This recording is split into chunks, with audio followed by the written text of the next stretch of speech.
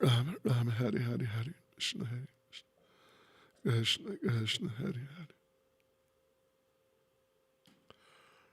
Rama Rama Hari Hari Hari Hari Rama Rama Rama Hari Hari Hari Krishna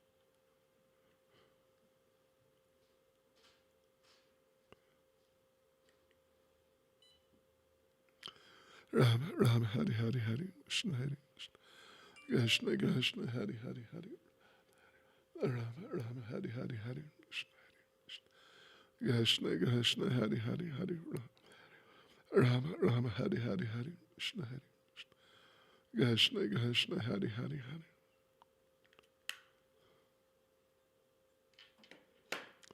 Rama Rama Hari Hari Hari Krishna Krishna Hari Hari Hari Ram Hari Ram Rama Rama Hari Hari Hari Krishna Krishna Hari Hari Hari Ram Hari Ram Rama Rama Hari Hari Hari Krishna Krishna Hari Ram Hari Ram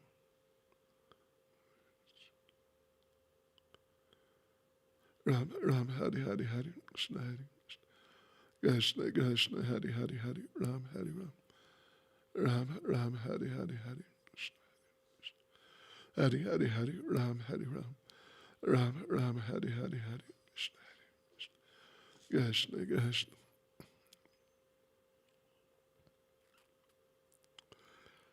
Rama Rama Hari Hari Hari Krishna Krishna Hari Hari Hari Rama Rama Hari Hari Hari Krishna Krishna Hari Hari Hari Rama Rama Hari Hari Rama Rama Hari Hari Hari Rama Rama Hari Hari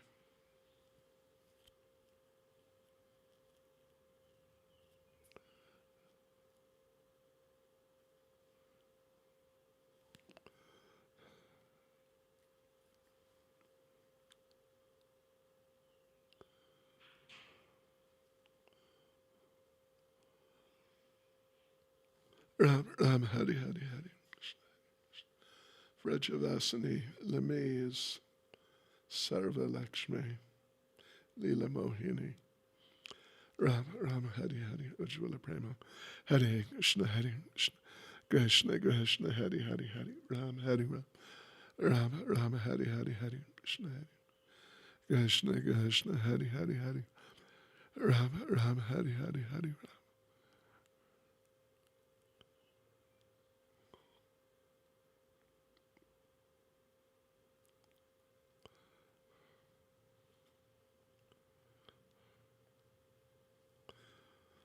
Rama Rama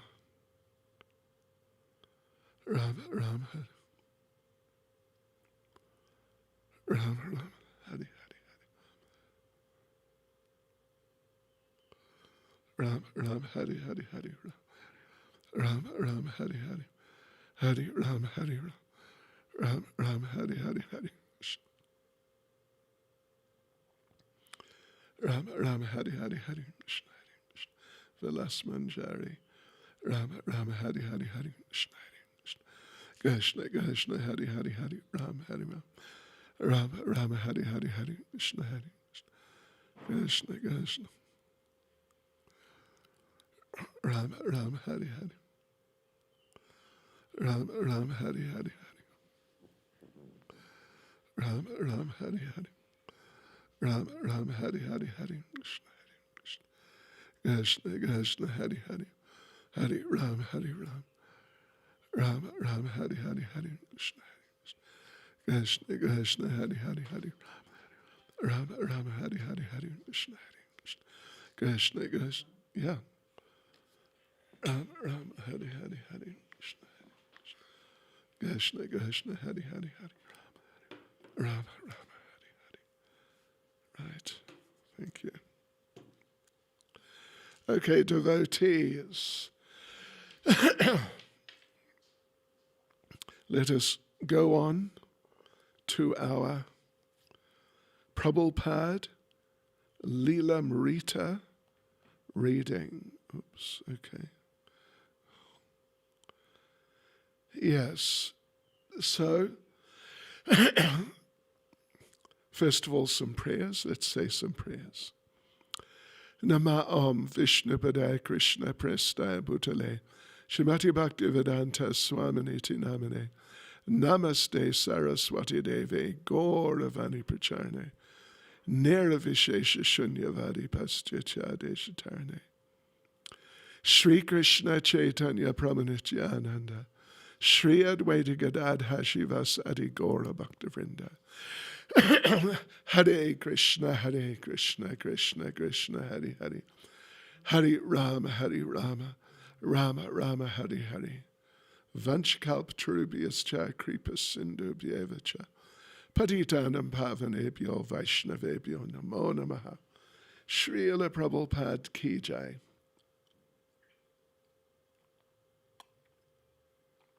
So, devotees, after the dramatic incident of David practically attacking Srila Prabhupada, Prabhupada left the loft they'd been staying in for a while and moved in with Carl Jurgens and his wife Eva. But the situation was not suitable there, particularly for developing like a nice Krishna conscious center and being free to do all sorts of Krishna conscious activities. It was too small for one, and main thing, or another thing, was that Carl's wife, Eva, just really was not into having Prabhupada there at all. Right, so now Carl and Michael Grant, Mukunda, and various others, they're trying to find a new place, a suitable place for Prabhupada. Right. So a week passed and no one had found a suitable place for the Swami. One day Prabhupada suggested that he and Carl take a walk up to Michael Grant's place and ask him to help. Mike Mukunda. I was awakened one morning very early, and Carl was on the phone saying, Swamiji and I were just taking a walk, and we thought we'd come up and see you. I said, but it's too early in the morning. And he said, well, Swamiji wants to see you. They were very nearby, just down the street, so I had to quickly get dressed, and by the time I got to the door, they were there. I was totally unprepared, but invited them up. The television had been on from the previous night, and there were some cartoons on. Krishna. The Swami sat between Carl and me on the couch. I was keeping a pet cat, and the cat jumped up on Swamiji's lap, and he abruptly knocked it off onto the floor. Oh, Krishna.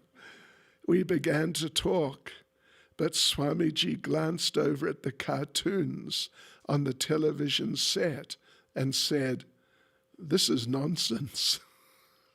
Krishna. Suddenly I realized that the television was on and that it was nonsense. And I got very up quickly saying, why yes, it is nonsense, and turned it off. As Prabhupada talked, he tried to impress on Mike how difficult it was for him to live with Carl and Eva, and Mike listened. But was the Swami so sure he couldn't go back to the Bowery loft and live with David Allen? Except for that one incident, it had been a nice setup, hadn't it? Prabhupada explained that David had become a madman from too much LSD. He was dangerous. Mike gave the Swami a half-incredulous look. David Allen? Dangerous? Prabhupada then told a story. There's an old saying in India that you get yourself a spiritual master. You sit opposite him. You learn everything from him that you can. Then you kill him. You move his body to one side, and then you sit in his place, and you become the guru. As Prabhupada spoke, Mike began to feel that David was dangerous, so he didn't ask for any more details. Mike could see that Swamiji was appealing to him for help, and as they all sat together on the couch, Mike and Carl quietly nodded in agreement.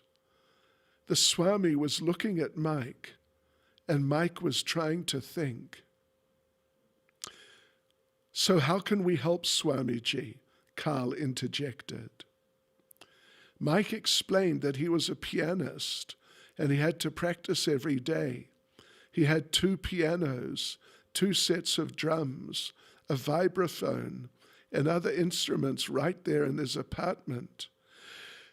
Musicians were always coming over to practice, and they all played their instruments for hours. Also, he was living with a girl, and there was a cat in the apartment. But Mike promised that he would help find the Swami a new place. Prabhupada thanked him, and along with Carl, stood to leave. Mike felt obligated. He was good at getting things done, and he wanted to do this for the Swami. So the next day, he went to the Village Voice, got the first newspaper off the press, looked through the classified ads until he found a suitable prospect and phoned the landlord. It was a storefront on 2nd Avenue, and an agent, a Mr. Gardner, agreed to meet Mike there. Carl and the Swami also agreed to come. Mr. Gardner and Mike were the first to arrive. Mike noted the unusual hand-painted sign, "Matchless Gifts," above the front window. It was a holdover, Mr. Gardner explained, from when the place had been a nostalgic gift shop. Mike proceeded to describe the Swami as a spiritual leader from India, an important author and a Sanskrit scholar. The rental agent seemed receptive. As soon as Prabhupada and Carl arrived, and everyone had been congenially introduced, Mr. Gardner showed them the small storefront. Prabhupada, Carl, and Mike carefully considered its possibilities. It was empty, plain, and dark. The electricity had not been turned on, and it needed repainting. It would be good for meetings, but not for the Swami's residence. But at $125 a month, it seemed promising.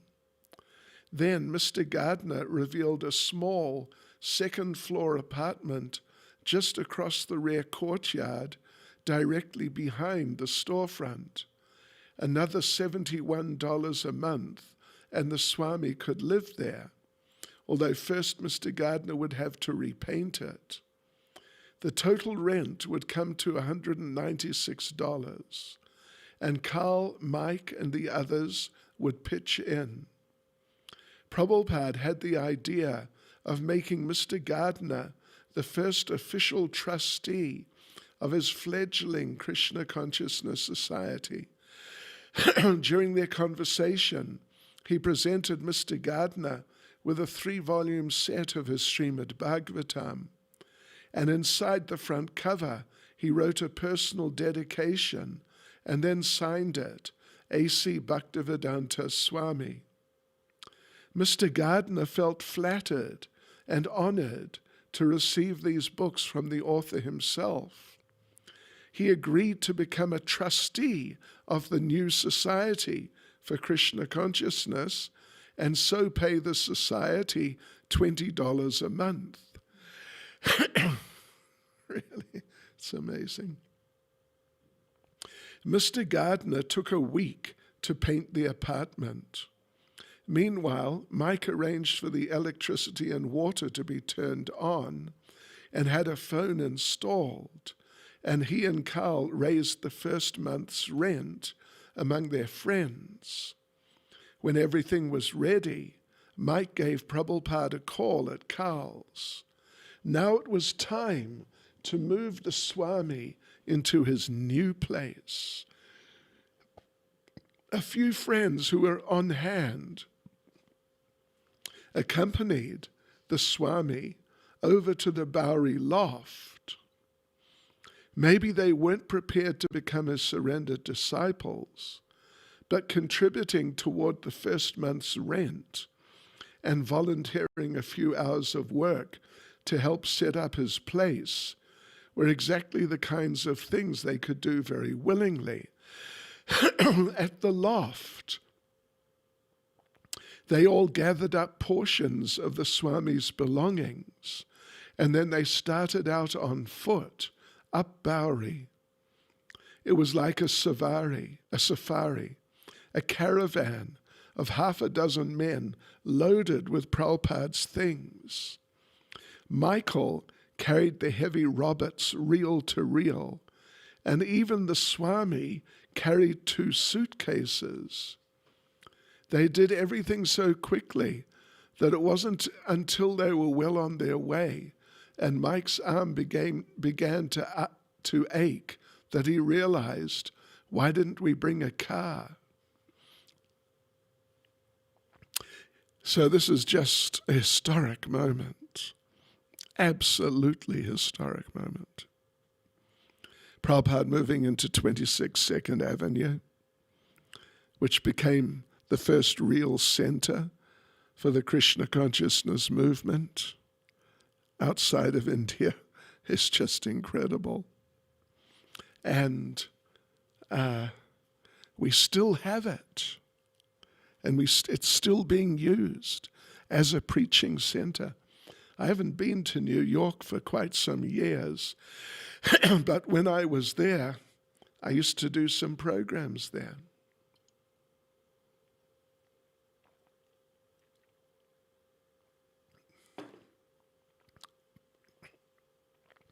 It was the end of June, and a hazy summer sun poured its heat down into the Bowery jungle.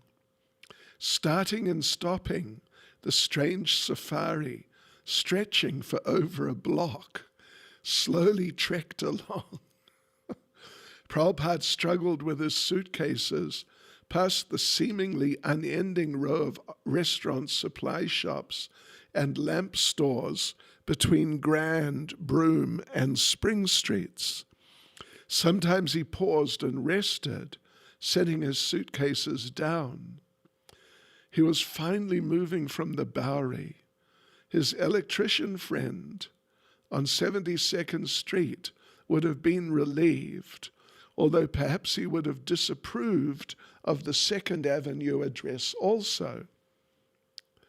At least he was finished residing on Skid Row.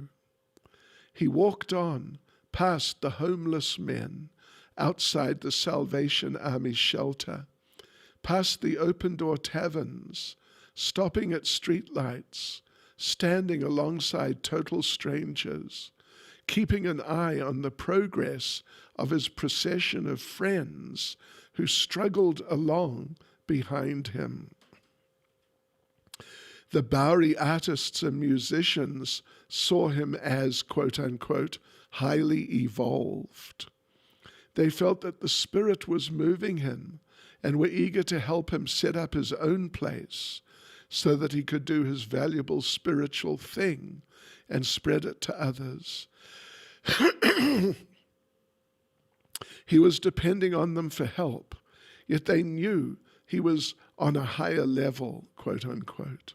He was his own protector, or, as he said, God protected him. The Swami and his young friends reached the corner of Bowery and Houston, turned right and proceeded east. Gazing steadily ahead as he walked, Prabhupada saw the southern end of 2nd Avenue, 1 block away. At 2nd Avenue, he would turn left, walk just 1 block north across 1st Street, and arrive at his new home. As he passed the IND subway entrance, the storefront came into view. Matchless gifts. He gripped his suitcases and moved ahead. At 2nd Avenue in Houston, he hurried through a break in the rapid traffic.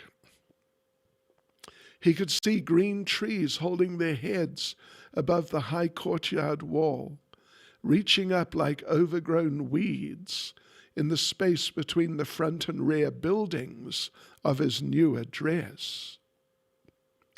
The street-side building housed his meeting hall, the rear building the apartment where he would live and translate. Adjoining the storefront building on its north side was a massive 9-story warehouse. The storefront structure was only 6 stories and seemed appended to the larger building like its diminutive child. On its southern side, Prabhupada's new temple showed a surface of plain cement and was free of any adjoining structure. There was only the spacious lot of the busy mobile service station that bordered on 1st Street. As Prabhupada approached the storefront, he could see 2 small lanterns decorating the narrow doorway.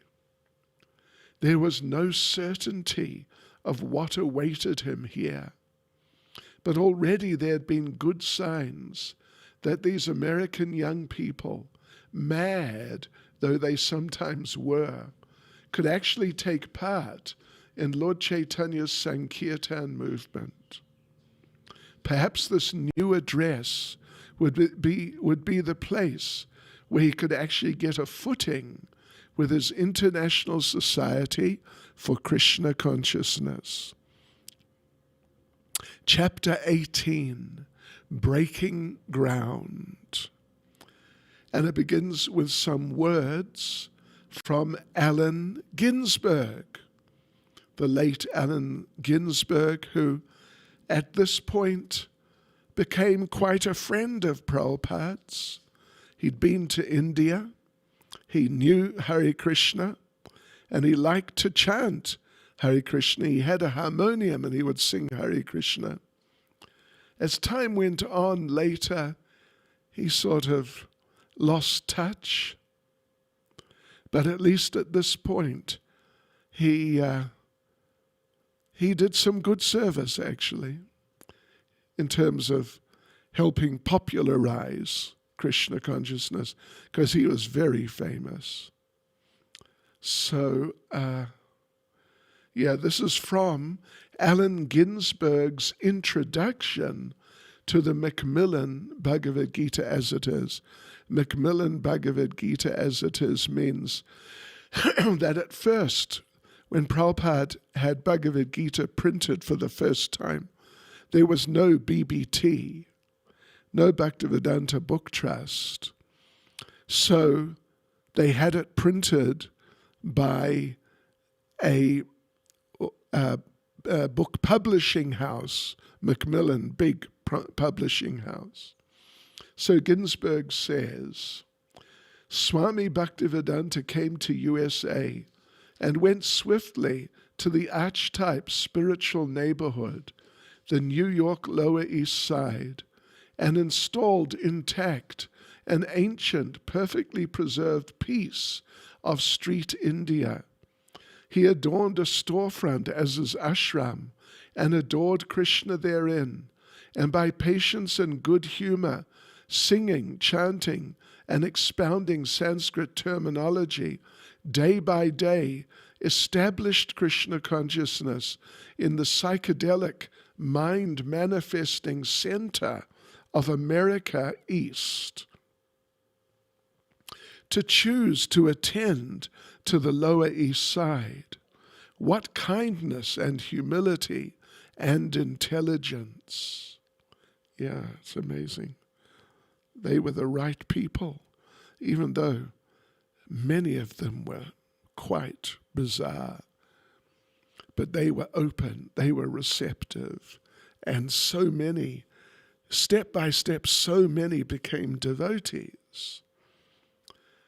So, Prabhupada's new neighborhood was not as run down as the nearby Bowery, though certainly it was less than quaint.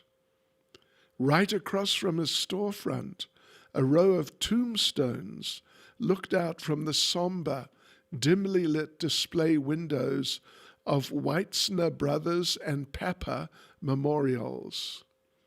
North of Weitzner Brothers was Sam's luncheonette. Next to Sam's stood an ancient 4-story building marked AIR. Then Ben J. Horowitz monuments, more gravestones, and finally Schwartz's funeral home. Hare Krishna. On the next block at number 43, a worn canvas awning jutted out onto the sidewalk. Provenzano Lanza Funeral Home.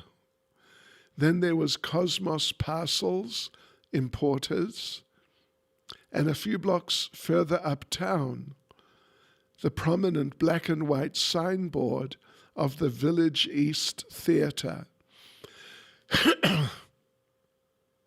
Upper block, but on the same side of the avenue as the storefront, was the Church of the Nativity, an old 3-story building with new blue paint and a gold-colored cross on top.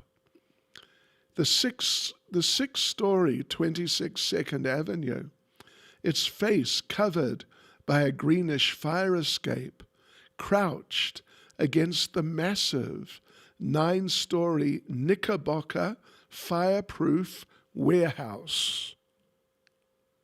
Hare Krishna. Second Avenue was a main traffic artery for East Manhattan, and the stoplight at the intersection of Houston and 2nd pumped a stream of delivery trucks, taxis, and private autos past Prabhupada's door. From early morning until night, there would be cars zooming by, followed by the sound of brakes, the competitive tension of waiting bumper to bumper, the impetuous honking, then gears grinding, engines rumbling and revving, and again the zooming by. The traffic was distractingly heavy. At 26 Second Avenue, there were actually 2 storefronts. The one to the north was a coin laundry, and the one to the south had been a gift shop but was now vacant. Both had narrow entrances, large display windows, and dull paint. Beneath the matchless gift sign was a window 6 feet square that a few weeks before had displayed matchboxes decorated with photos of movie stars of the 30s and 40s. The sign, Matchless Gifts, was the only remaining memento of the nostalgic gift shop that had recently moved out. Below the shop's window, a pair of iron doors in the sidewalk hid stone steps to the cellar and boiler room. The wide sidewalk had been laid down in sections of various shapes and sizes at different times, years past. Certain sections had cracked or caved in, and a fine dust with tiny sparkling shards of glass had collected in the cracks and depressions.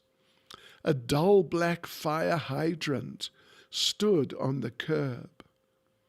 Midway between the entrances to the two storefronts was the main entrance to number 26. This door opened into a foyer lined with mailboxes and intercoms, and then a locked inner door opened into a hallway leading to the stairs or back to the courtyard. To the left of the gift shop's window was its front door, a dark wooden frame holding a full-length pane of glass.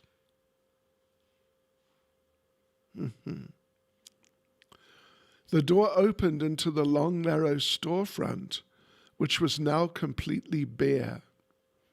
Just inside, to the right of the door, a platform extending beneath the display window was just the proper height for a seat.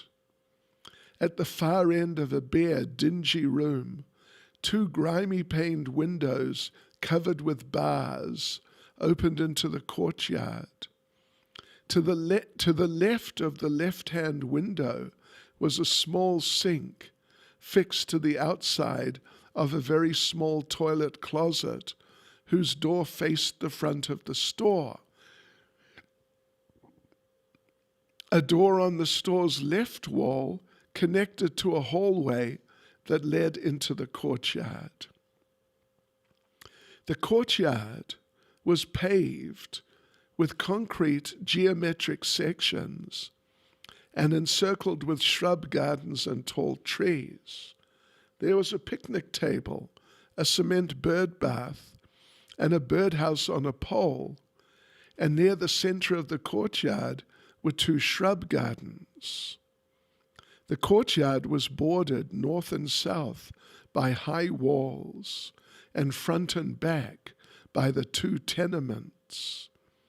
The patch of sky above gave relief. Overlooking the courtyard from the rear building of 26 Second Avenue was Prabhupada's second-floor apartment, where he would now live, work, and worship. With help from his Bowery friends, he had cleaned and settled into his new home. In the back room, his office, he had placed against one wall a thin cushion with an elephant print cover, and in front of the cushion, his unpainted metal suitcase, which served as a desk. He had set his typewriter on the desk and his papers and books on either side. This became his work area. His manuscripts bundled in saffron cloth, his stock of Srimad Bhagavatams, and his few personal effects he kept in the closet opposite his desk. On the wall above his sitting place, he hung an Indian calendar print of Lord Krishna. Krishna, as a youth, was playing on his flute with a cow close behind him. Lord Krishna was standing on the planet Earth, which curved like the top of a small hill beneath his feet. There were two windows on the east wall, and the dappled morning sunlight, filtering in through the fire escape, fell across the floor. The next room was bare, except for a fancy coffee table, which became Prabhupada's altar. Here he placed a framed picture of Lord Chaitanya and his associates. On the wall he hung an Indian calendar print of four-armed Lord Vishnu and Ananta Shesh, the celestial snake. And, as in the Bowery loft, he put up a clothesline. Both rooms were freshly painted, and the floors were clean hardwood parquet. The bathroom was clean and serviceable, as was the narrow, furnished kitchen. Prabhupada would sometimes stand by the kitchen window, gazing beyond the courtyard wall. He had moved here without any prospects of paying the next month's rent. Oh, Krishna. Although Carl, Mike, Carol, James, Bill, and others had encouraged him to move here, some of them now found it a little inconvenient to visit him regularly, but they all wished him well and hoped new people would come here to help him. They felt that this location was the best yet, and he seemed more comfortable here. At the Paradox, Bill would spread the word of Swamiji's new address. Oops. Sorry. Just touched the wrong thing. The Lower East Side has a history of change and human suffering as old as New York. 300 years before Prabhupada's arrival, it had been part of Peter Stuyvesant's estate. Today's landmark of Tompkins Square Park had then been a salt marsh known as Stuyvesant's Swamp. The Lower East Side first became a slum in the 1840s when thousands of Irish immigrants, driven by the Irish potato famine, came and settled. 2 decades later, the Irish became the image of the American to the next immigrants, the Germans, who gradually grew in numbers to become the largest immigrant group in New York City. Next came the East European Jews, Poles, and Ukrainians. And by 1900, the Lower East Side had become the most densely populated Jewish ghetto in the world. But in the next generation, the ghetto began to break up as Jews moved to the suburbs and economic advancement. Next, the Puerto Ricans thronged in, hundreds of thousands in the 1950s, immigrating from their island poverty or moving in from East Harlem. They and the Negroes from Harlem and Bedford-Stuyvesant, who arrived next, were the new groups who, along with the Poles and Ukrainians, populated the 2 square miles of tenements and crowded streets that formed the Lower East Side slums in the 1960s.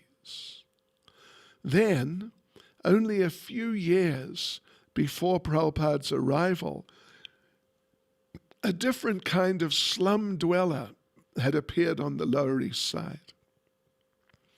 Although there have been many sociological and cultural analyses of this phenomenon, it remains ultimately inexplicable why they suddenly came, like a vast flock of birds swooping down, or like animals in a great instinctual migration, and why, after a few years, they vanished.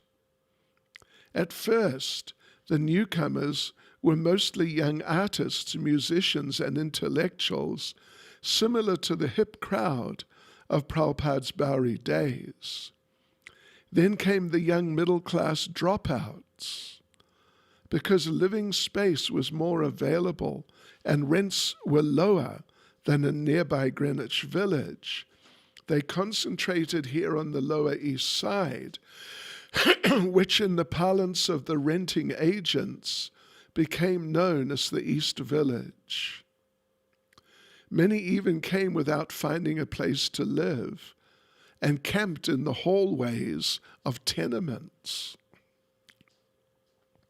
Drawn by cheap rent and the promise of bohemian freedom, these young middle-class dropouts, the avant-garde of a nationwide youth movement, soon to be known in the media as hippies, wandered to the Lower East Side slums in living protest against America's good life of materialism. As if responding to an instinctual call, younger teenage runaways joined the older hippies, and following the runaways came the police, counselors, social and welfare workers, youth hostels, and drug counseling centers. On St. Mark's Place, a new hip commercialism sprang up with head shops, poster shops, record shops, art galleries, and bookstores that carried everything from cigarette papers to hip clothes and psychedelic lighting. The hippies journeyed to the Lower East Side in full conviction that this was the place to be, just as their immigrant predecessors had done. For the European immigrants of another age, New York Harbor had been the gateway to a land of riches and opportunity, as they, at long last, set their eyes on Manhattan's skyline and the Statue of Liberty. Now in 1966, American youth thronged to New York City with hopes of their own and feasted on the vision of their newfound mystical land, the Lower East Side slums. It was an uneasy coexistence, with hippies on one side and Puerto Ricans, Poles, and Ukrainians on the other. The established ethnic groups resented the newcomers, who didn't really have to live in the slums, whereas they themselves did. Yeah, you know, the whole hippie movement was, I mean, you could say 90-something%, if not 99, maybe 100, was young middle-class people and upper middle class, and even, you know, like Ambarish Prabhu, he became a hippie. He was living in the forest in a hut for quite some time and just, you know, didn't want the way of life of his family. And all of these hippies, it was like that. And like is stated here, that those who had to live there, the immigrants and the really poor people who just somehow came from somewhere else and with nothing, they had to live there. But these hippies didn't have to live there. It was their choice, because they were trying to become free from the artificialness of materialistic, like typical materialistic life. Yeah. In fact, many of the young newcomers were from immigrant families that had struggled for generations to establish themselves as middle-class Americans. Nevertheless, the youth migration to the Lower East Side was just as real as the immigration of Puerto Ricans or Poles or Ukrainians had been, although the motives, of course, were quite different.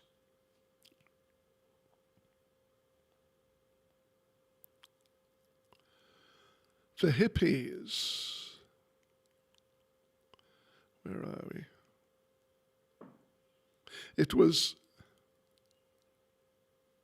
the hippies had turned from the suburban materialism of their parents, the inane happiness of TV and advertising, the ephemeral goals of middle-class America. They were disillusioned by parents, teachers, clergy, public leaders, and the media. dissatisfied with American policy in Vietnam, and allured by radical political ideologies that exposed America as a cruel, selfish, exploitative giant who must now reform or die. And they were searching for real love, real peace, real existence, and real spiritual consciousness. By the summer of Srila Prabhupada's arrival at 26 Second Avenue, the first front in the great youth rebellion of the 60s had already entered the Lower East Side. Here they were free to live in simple poverty and express themselves through art, music, drugs, and sex. The talk was of spiritual searching. LSD and marijuana were the keys, opening new realms of awareness. Notions about Eastern cultures and Eastern religions were in vogue. And when I joined also, it was still in vogue amongst the young people. Through drugs, yoga, brotherhood, or just by being free, somehow they would attain enlightenment. Everyone was supposed to keep an open mind and develop his own cosmic philosophy by direct experience and drug-expanded consciousness, blended with his own eclectic readings. And if their lives appeared aimless, at least they had dropped out of a pointless game where the player sells his soul for material goods, and in this way supports a system that is already rotten. Well, you know, it's still going on today, devotees.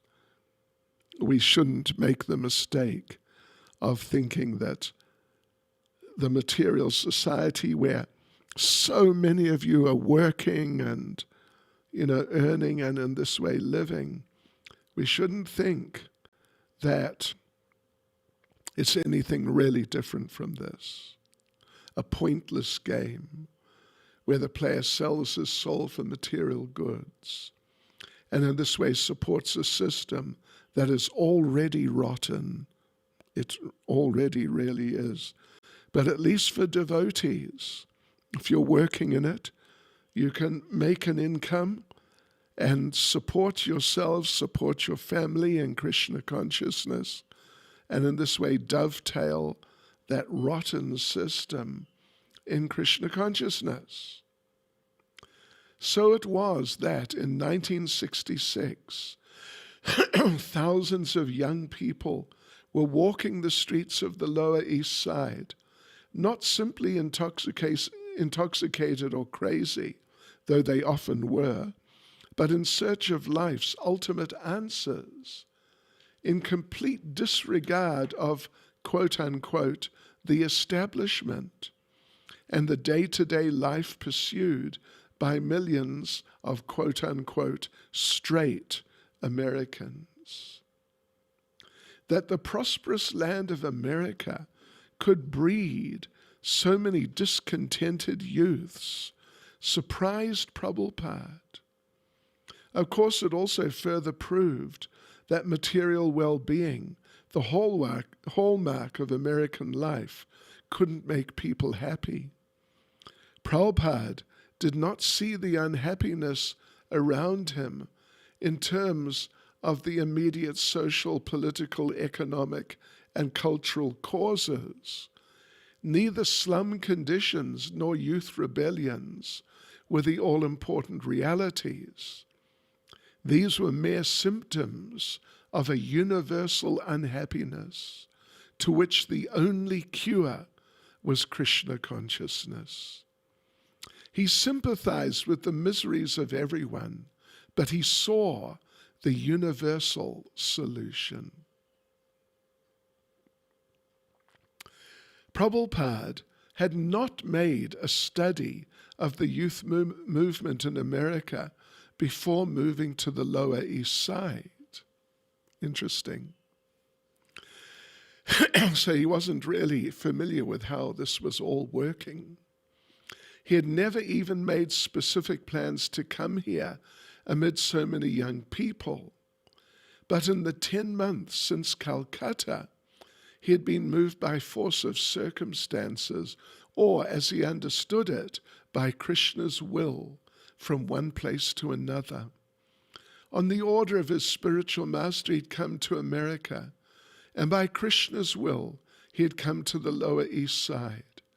His mission here was the same as it had been on the Bowery, or uptown, or even in India. He was fixed in the order of his spiritual master and a Vedic view, a view that wasn't going to be influenced by the radical changes of the 1960s. Now, if it so happened that these young people, because of some change in the American cultural climate, were to prove more receptive to him, then that would be welcome. And that would also be by Krishna's will. Actually, because of the ominous influence of the Kali millennium, this was historically the worst of times for spiritual cultivation, hippie revolution or not. And Srila Prabhupada was trying to transplant Vedic culture into a more alien ground than had any previous spiritual master. So he expected to find his work extremely difficult. Yet, in this generally bad age, just prior to Prabhupada's arrival on the Lower East Side, tremors of dissatisfaction and revolt against the Kali Yuga culture itself began vibrating through American society, sending waves of young people to wander the streets of New York's Lower East Side in search of something beyond the ordinary life, looking for alternatives, seeking spiritual fulfillment.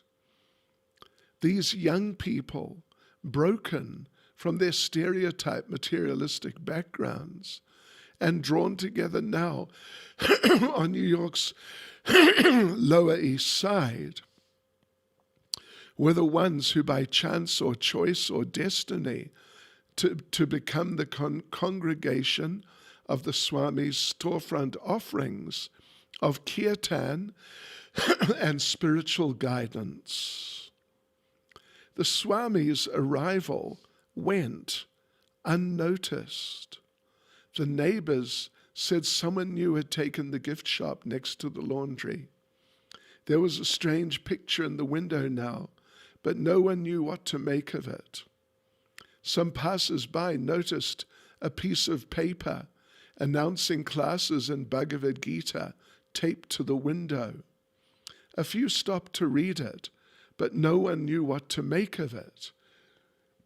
They didn't know what Bhagavad Gita was, and the few who did thought maybe a yoga bookstore or something. The Puerto Ricans in the neighborhood would look in the window at Harvey Cohen's painting and then blankly walk away. The manager of the mobile gas station next door couldn't care less who had moved in. It just didn't make any difference. New York people are really like that. You haven't been there? Oh boy. I mean, you get people walking around in New York dressed as Superman, Batman, really weird, and people just don't look. They just don't look. They don't say anything. They don't do anything. The tombstone sellers and undertakers across the street didn't care. And for the drivers of the countless cars and trucks that passed by, Swamiji's place didn't even exist. But there were young people around who'd been intrigued with the painting, who went up to the window to read the little piece of paper. Some of them even knew about the Bhagavad Gita, although the painting of Lord Chaitanya and the dances didn't seem to fit. A few thought maybe they would attend Swami Bhaktivedanta Bhaktivedanta's classes and check out the scene. Okay. Hare Krishna. Srila Prabhupada ki jai.